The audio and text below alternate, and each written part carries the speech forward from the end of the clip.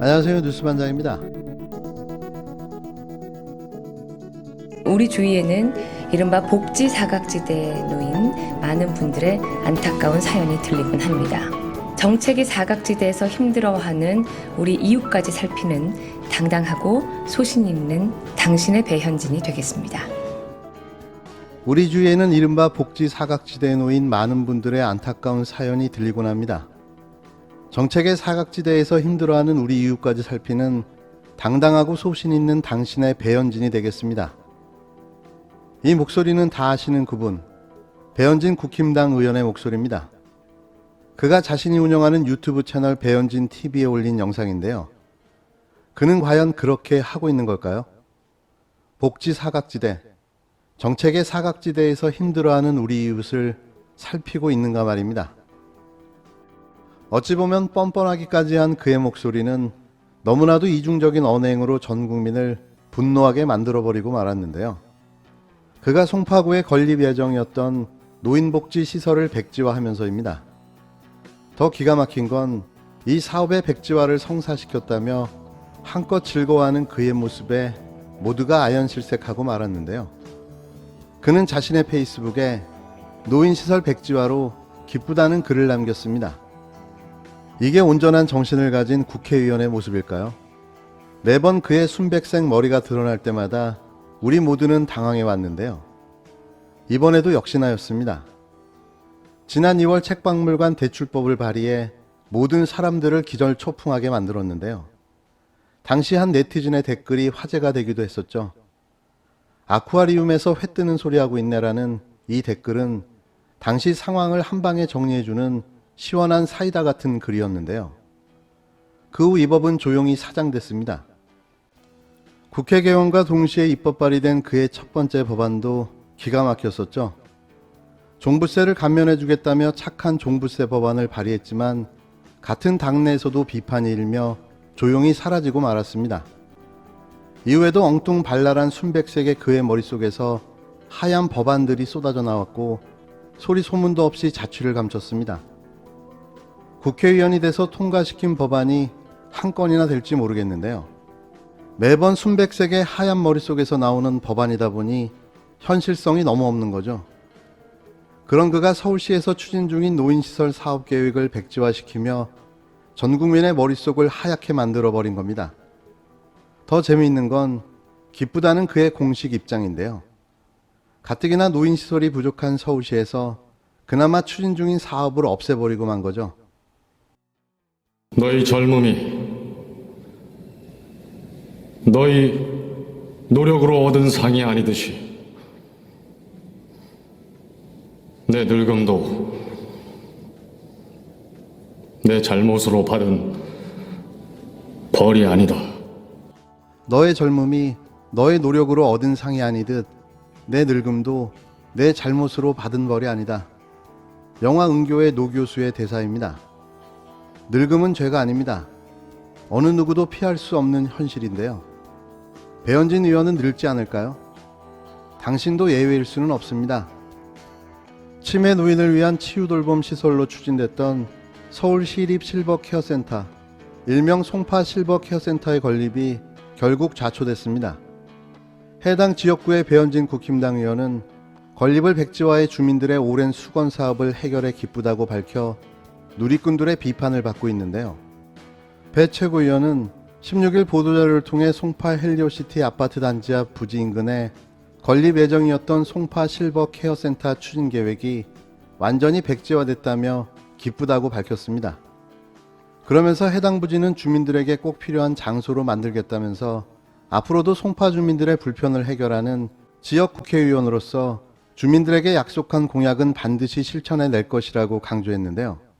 송파 실버 케어센터는 지난 2016년 1월 치매 전담 시설을 포함한 요양 시립시설로 건립될 예정이었습니다.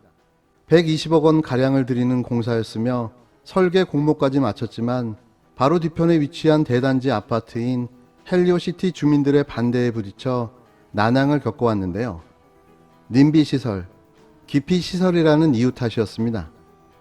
지난해 4.15 총선 당시 해당 지역구에 출마한 배 최고위원은 실버 케어센터 추진계획 백지화를 공약으로 내걸은 바 있는데요.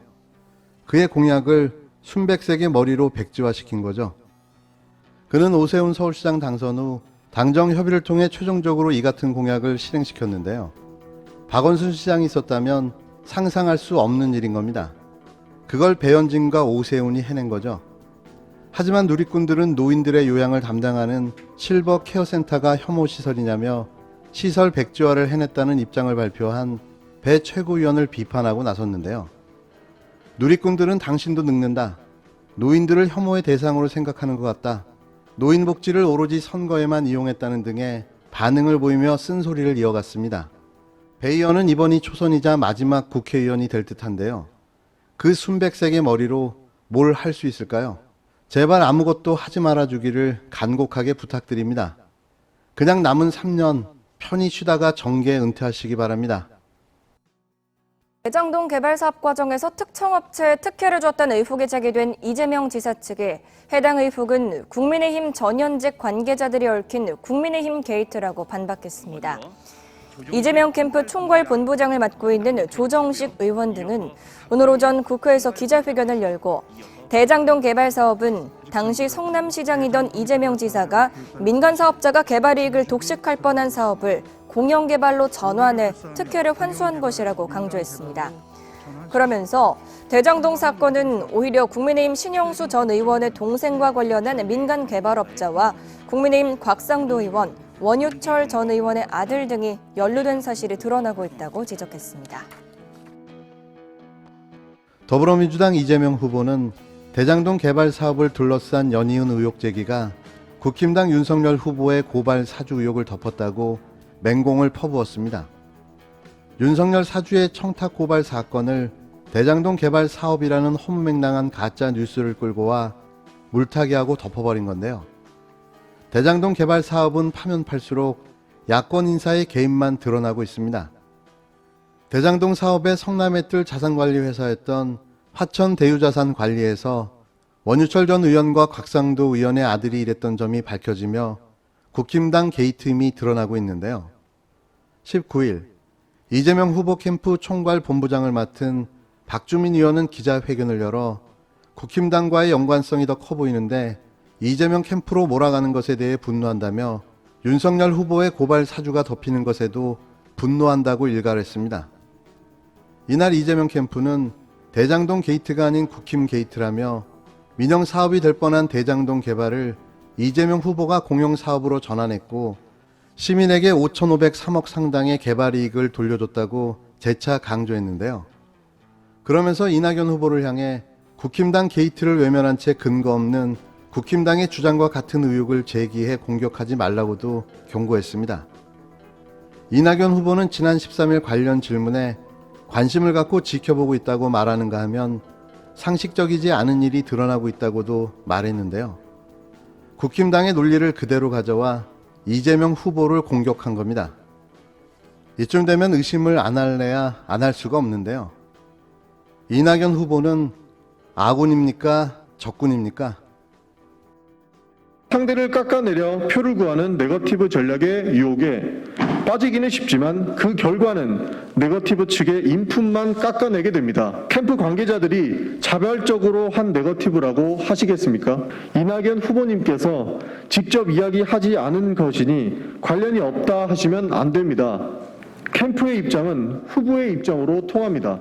가짜 뉴스보다 가짜 주장이 더 위험한 것일 겁니다. 필연 캠프의 네거티브는 출발부터 잘못되었습니다. 실체도 없는 것을 사실인 것처럼 꺼내 국민을 오도했고 이낙연 후보께서는 이를 더 부풀려 거칠게 휘둘렀습니다. 후보가 자신의 캠프를 단속하고 허위사실 유포를 중단시켜야 할 것인데 직접 나서서 이를 선동하는 것은 올바르지 않습니다. 이제는 허위사실 유포를 중단해 주시고 캠프에도 네거티브를 그만하자고 지시해 주십시오.